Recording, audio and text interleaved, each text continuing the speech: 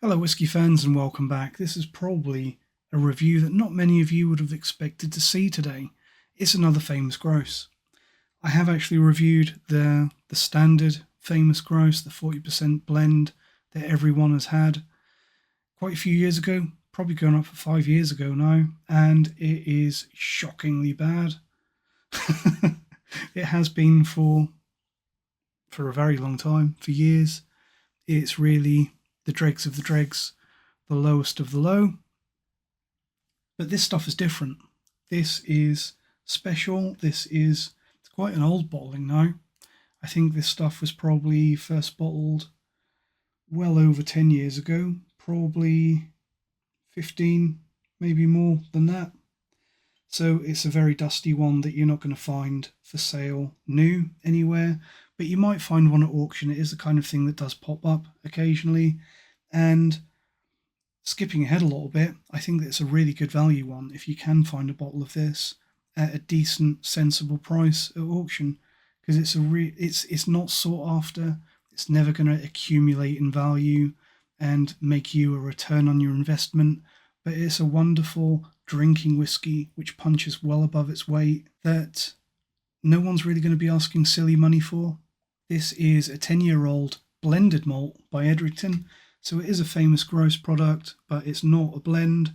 It's a blend of single malts with no grain whiskey added, so it's a much more premium product. It has a 10-year-old age statement. It's still only 40%, and it's almost certainly coloured and filtered, but it's composed solely of single malts, and we're told that it contains some Highland Park in there, as well as some Macallan. How much Highland Park and Macallan? We don't know. But this is a Famous Grouse that I remember very fondly. Now, I've never particularly liked the standard Famous Grouse. Even years ago when it was slightly better than it is now, I never really thought it was very good. They are, it has to be said, masters of branding and mascots and high volume sales, because I think the Famous Grouse is still the best selling whiskey here in the UK, despite the fact that I don't think I've ever actually heard anyone say that they like it. I did have a brief period where I enjoyed Black Grouse, which has been rebranded to Smoky Grouse, I think, but I think that that's gone really downhill over the years. I had one bottle a few years ago of the Naked Grouse, which has since been rebranded as Naked Malt. I really liked that. I thought that it was it was decent blended malt with some really good sherry. Haven't had it lately. But I think that a lot of these special releases from Famous Grouse, they really fly under everyone's radar, possibly because the kind of people that probably should be buying them probably dismiss them. This is another one up here. No one's ever said anything about this. I'm sure a few of you have wondered what the hell it is, but I think all of these labels on here are all things that I've reviewed, with the exception of this one, because this is a label of the Famous Grouse bourbon cask, which is, I think it was still a blended Scotch, but it was matured just in bourbon casks. And I started writing a script for that, and before I actually got around to recording it, it completely disappeared from all the shops. So I thought, no one's going to care about a Famous Grouse that you can't even buy anymore. So I never recorded the review, but that was a fairly decent one as well. I don't think all of these special edition Famous Grocers are good. A lot of them certainly aren't, but some of them are, including this one here, the 10-year-old blended malt. My first bottle of this that I had, my first and only other bottle of the 10-year-old blended malt grouse that I had, was actually a gift from the accountant at a company that I used to work for, and he gave it to me about 15 years ago, so that shows how old these are, that he'd had it sitting on his shelf for several years by the time that he gave it to me 15 years ago. And I think he actually won his bottle in a raffle at his golf club. Not being a whiskey drinker, he decided to donate it to the engineering department where I worked. So I think there's an important lesson in there somewhere about letting your rich friends know that you're a whiskey drinker. So that bottle that he gifted to some of the engineers there. We really enjoyed it. I thought that it really punched well above its weight for a famous grouse, and it was very much appreciated. And ever since then, I had seen this bottle here sitting on a very high shelf, about 8 feet up in the air, out of everyone's reach in my local newsagents for over a decade. Every time I went in there, I would see this one lone bottle. I saw this dusty bottle for over a decade until I decided to buy it. No one else was going to have it, and I thought someone should appreciate it.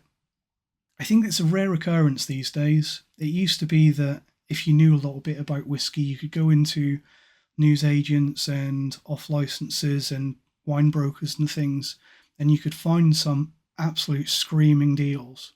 But I think these days, at least where I am, there's too many people that are a bit too informed, and the deals tend to get snapped up, or the shopkeeper bumps the price up, so it's no longer a bargain. But this one here, I bought this recently for what I think is a very fair price of, I think it's £30, maybe 32, something daft like that, which seems a lot for famous grouse, but this is a very respectable whiskey, and I was very happy to pay for that. Interestingly, if you look on the back of the box, the people at that shop, they are good people. They have quite a lot of dusties. I've kind of cherry-picked the good ones out of there, so there's not too much amazing left there now. But they adjust their prices occasionally, but they don't rip people off. But you can see that it's originally had a price sticker on there, which has been peeled off. And I think that originally said £23. So at one point, probably a very long time ago, this would have been on sale for 23 quid. Which is still a great price for a 10-year-old blended malt. Show you a little close-up of the box. I wonder how many of you have had this, how many of you have seen this. Some of you will have. There is a wealth of experience in the whisky lot community. Royal Warrant.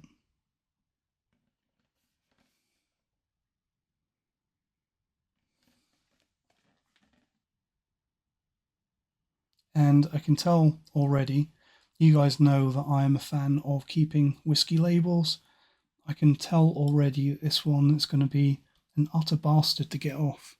Because it's one of those old style labels where modern labels are usually plasticky, like plastic with paper. Even the ones with foil aren't too bad now, but these old paper ones, they never come off in one piece. But I'll try. So yeah, blended malt with Highland Park and Macallan. Sounds good, doesn't it? Only problem is, I bought this, took it home, cracked it, was really enjoying having a dram from it. You may have noticed that this bottle is empty, and the reason for that is because it is yet another example of a cork failure from Gorilla Hand's Whisky Lock, buying a bottle of whiskey and the cork snaps off. I don't think it's my fault, but it's happening a lot.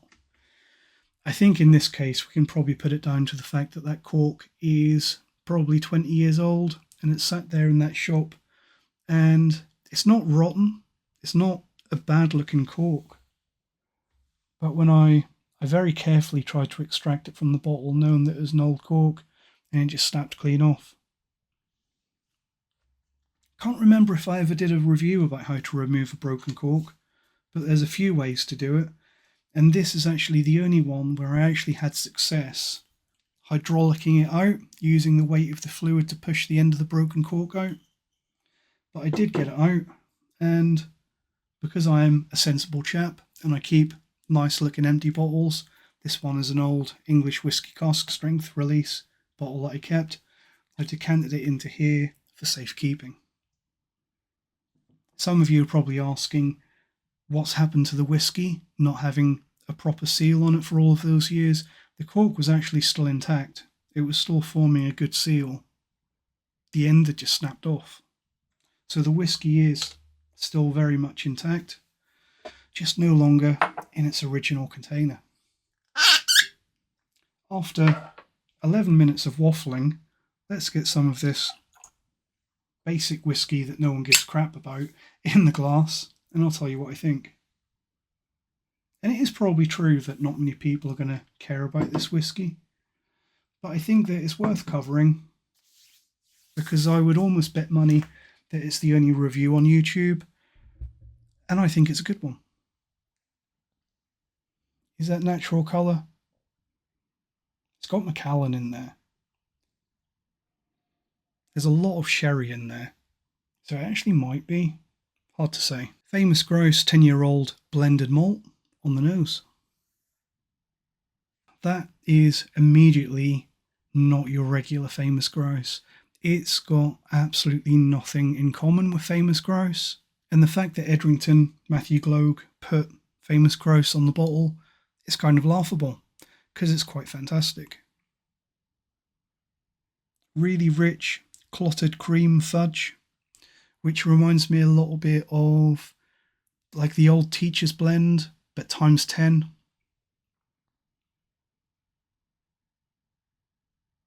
Toffee apple and cough sweets, very, very Highland Park on the nose with that toffee apple maltiness.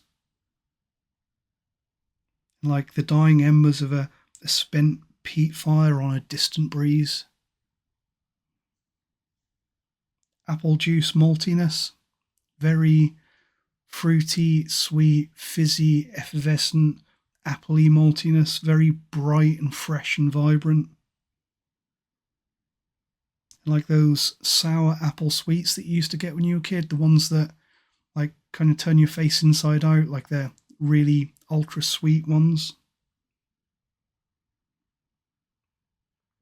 Really phenomenally intense aromas on the nose of this, which when you compare it to the standard Famous Grouse, where the only real intense flavour you get is kind of acetone, in my opinion, it's really more of an industrial chemical than a drink. This is just no connection. Fizzy, sugary sherbet, love hearts and a little bit of a floral Parma violet note, spicy Christmas cake, lots and lots of sherry into this, and it's proper kind of traditional sherry, like leather armchair and furniture polish. Very leathery, sweet and spicy, nutty and fruity. A little hint of bergamot, and this is going to turn some people off, but a little bit of a flinty struck match and meaty sulphur note, which I would bet money is coming through from the Macallan. So anyone that was kind of questioning whether there'd be any meaningful percentage of Macallan in this, I think there is. Bucket loads more intensity and just more robust flavours than what you'd get from a modern like Macallan Double Oak or a Macallan 12. They're just such underpowered whiskies, whereas this, it's not underpowered at all, still 40%, but because it's an older whiskey where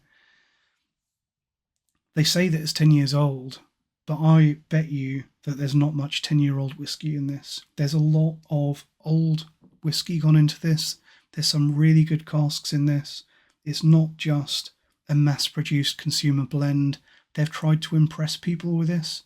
It's a premium grouse, and they've actually tried, and you can tell. Quite orangey on the nose, which again is probably coming through from the sherry casks. Surprising, slight eggy sulphur as well on the nose, but really not a problem unless, of course, you are one of those people that are very sensitive to sulphur, in which case you may not like this. But me personally, I think that a little bit of ugly sulphur just adds a little bit of character, providing it's not too much. Really great depth. Just incredible intensity of aroma on this one. Really rich toasted grains, waxy and oily. The kind of waxy, oily maltiness that you'd expect on like a 20 to 25-year-old single malt There really has been some good stuff dumped into this. Peanuts with the skins on, and a little bit of walnut perhaps, which again is a well-aged maltiness. Really fantastically good nose. I think that the nose alone puts this kind of in top tier whiskey. I think that the aroma of this would easily hold its own against a lot of 18 to 21-year-old malts. And more than that, it has that wonderful old school Macallan profile to it, and that classic weighty sherry flavour profile that you never really get anymore. Let's see how it tastes.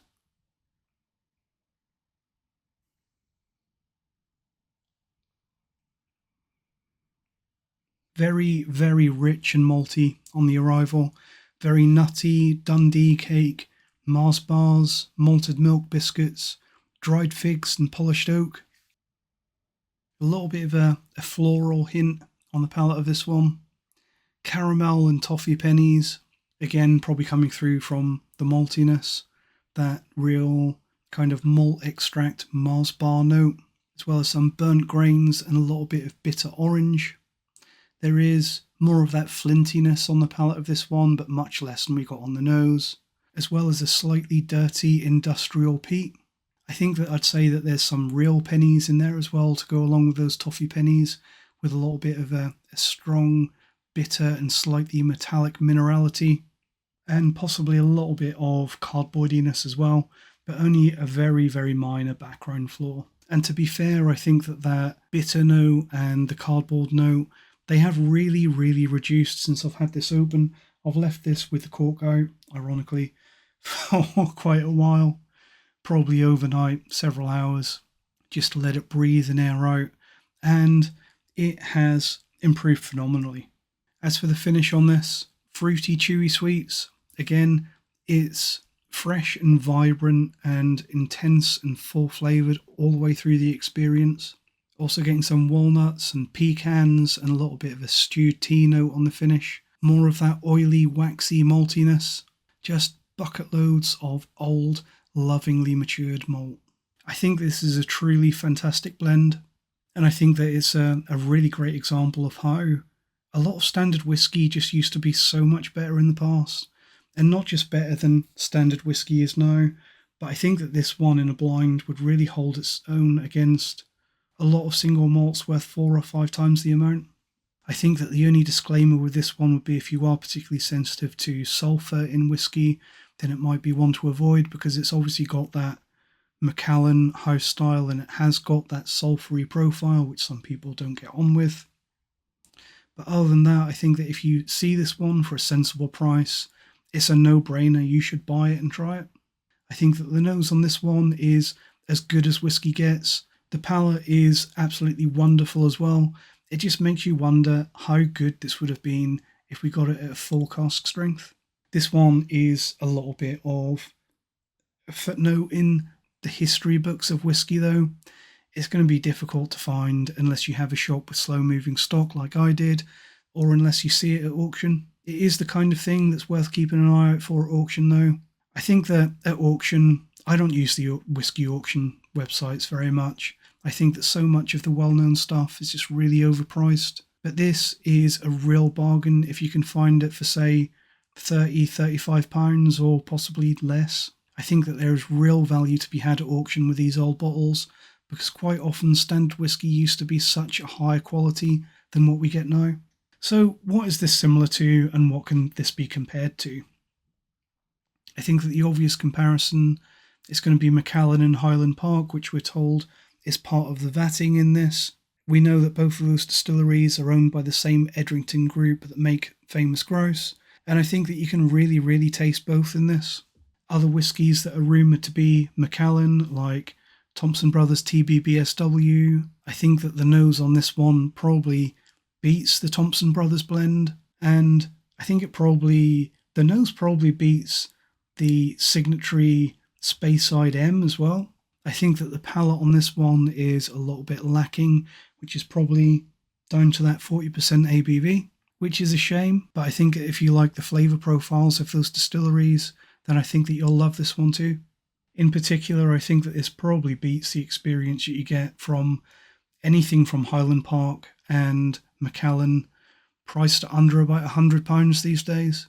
So if you find it, it can be a real bargain. Overall, I think this is a great blended malt that shows just how great blended malts can be, and also how much better standard whiskey used to be.